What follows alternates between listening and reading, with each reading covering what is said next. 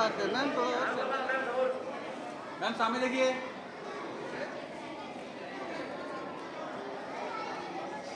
भाई यहाँ पे देखें। हाँ अभी क्या कर रहे हैं बात। भाई को फोटो चाहिए ना।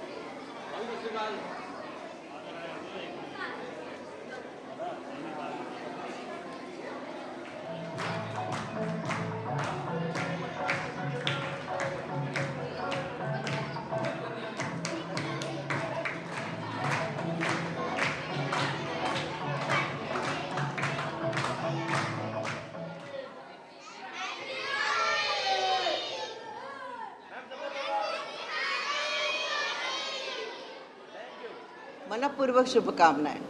आज की दिवाली कितनी खास थी? बच्चे यहाँ पर आए, उनके साथ आप डांस भी किया, आपने कुछ गिफ्ट्स भी डिस्ट्रीब्यूट किए, थोड़ा सा बताइए कि कितनी खास, कितनी स्पेशल थी इस साल की दिवाली? मैं सच कहना चाहती हूँ क्योंकि मुझे बच्चों से प्यार है। वो सभी को मैं सभी को पता है क्योंकि मैं बच्चों के लिए बहुत सारी चीज़ें करना चाहती हूँ और उनके साथ वक्त बिताना चाहती हूँ, तो बिताती भी हूँ। वैसे कुछ ना कुछ एक्टिविटीज़ करती रहती हूँ, कभी स्कूल में जाके, कभी स्लम्स में जाके, कभी पर ये बच्चों के चेहरे पे जो इतनी सुंदर खुशियाँ होती है, जो भी है अपने अपने घरों में उनको खुशियाँ मिलती ही होगी, पर कोई अगर बाहर का कोई व्यक्ति अगर उनको थोड़ा सा खुशियाँ दे दे या उनको प्यार दे दे, तो उनके अंदर की जो भी भावनाएं होती है वो कहीं ना कहीं दुगनी हो जाती है, जो अच्छी भावनाएं होती है।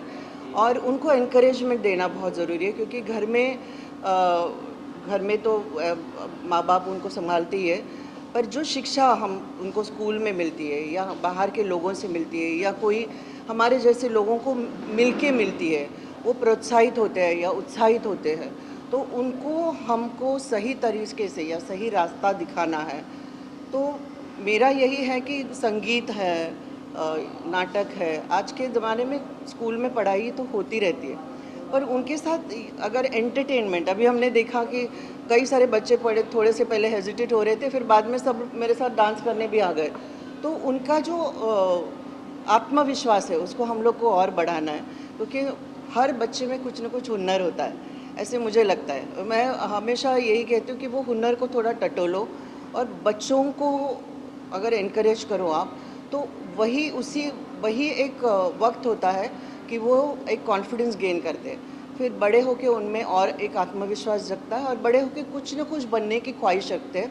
ना कि वो अगर स्लम्स में से भी आए होंगे तो उनको पता है कि हमारा जीवन सिर्फ मिस हमेशा मैं यही कहती हूँ कि हम भले गरीब पैदा हुए होंगे, पर गरीब जीवन नहीं जगना है, तो उसके लिए आपको मेहनत करनी पड़ती है, उसके लिए आपको जद्दोजहद और एक विजन होना होता है।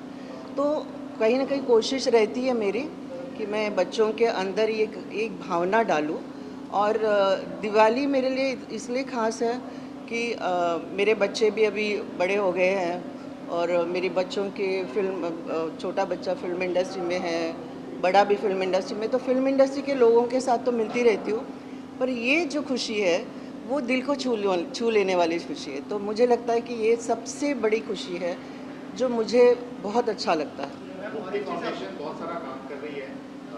आओ भूख मिटा आपने नीचे देखा, और अभी इसी के तहत बहुत सारे नए नए काम हो रहे हैं, तो उस काम के बारे में क्या कहना चाहेंगे? मुक्ति फाउंडेशन मैं अपने बारे में खुद कुछ कहूँ वो सही नहीं लगता। खैर आप तो देखते रहते हो और आप हमेशा कहीं ना कहीं टकरा ही जाते हो मुझे, जो भी मैं करती हूँ तो कहीं ना कहीं आप आते भी हो। पर यही है कि मैं मुक्ति फाउंडेशन को आज 27-28 साल से चला रही हूँ और उसमें कहीं ना कहीं कुछ ना कुछ मैं शिक्षण से लेके या एंटरटेनमेंट से लेके या बूढ़ों को लेके या कोई डिजीज़ को लेके कहीं ना कहीं एक मुद्दा लेके मैं एक समाज में कुछ ना कुछ छोटा बहुत कार्य करती हूँ। और मुझे लगता है कि मैं जो भी करना चाहती हूँ, भले वो छोटे पैमाने पे हो या बड़े पैमाने पे हो, मैं अपनी पूरी जान उसमें डाल देती हूँ। और ऐसा नहीं है कि मुझे कुछ लोगों को ही सराहना चाहिए, मुझे खुद को बड़ी खुशी मिलती है इसमें। तो इसलिए मैं आज भले बाला साहब ठाकरे जी ने मुझे उत्साहित किया था कि आप मुक्ति फाउंडेशन शुरू करिए, पर उसको सस्टेन करना, इतने 27-28 साल से सस्टेन करना और उसमें कुछ ना कुछ अच्छी चीज़ें आप समाज को वापस देना, ये एक भावना हमेशा अंदर होनी चाहिए, तो ही सस्टेनेबिलिटी होती है। और मुझे बड़ी खुशी मिलती है। हमेशा मुझे लोग यही पूछते हैं कि आप अभी तक सिर्फ समाज सेवा करते आ रहे हो, जो कि मेरे पीछे एक राजनीतिक सरनेम है, पर मैंने कभी अपने आप को वो राजनीति के दायरे में कभी अपने आप को अभी तक ढकेला नहीं है। तो मैं खुश हूँ, समाज सेवा करते भी खुश हूँ। कल उठ के मुझे और कोई मौका मिलेगा तो मैं और कुछ करूँगी, पर यहाँ एक दायरा अपने हाथ में होता है, में छोटा सा दायरा होता है जो हम खुद जितना कर सकते हैं। पर अगर हमको गवर्नमेंट ने साथ दिया या लोगों ने साथ दिया, अभी जैसे हिमांशु को पता है कि हम आओ भूख मिटाए बहुत महीनों से हम कर रहे हैं, जो गरीबों को खाना खिलाने की कोशिश कर रहे हैं। ऐसा नहीं है कि वो, पर मुझे बचपन से माँ ने यही सिखाया कि अगर किसी का प्यार चाहते हो तो वो पेट से होता है।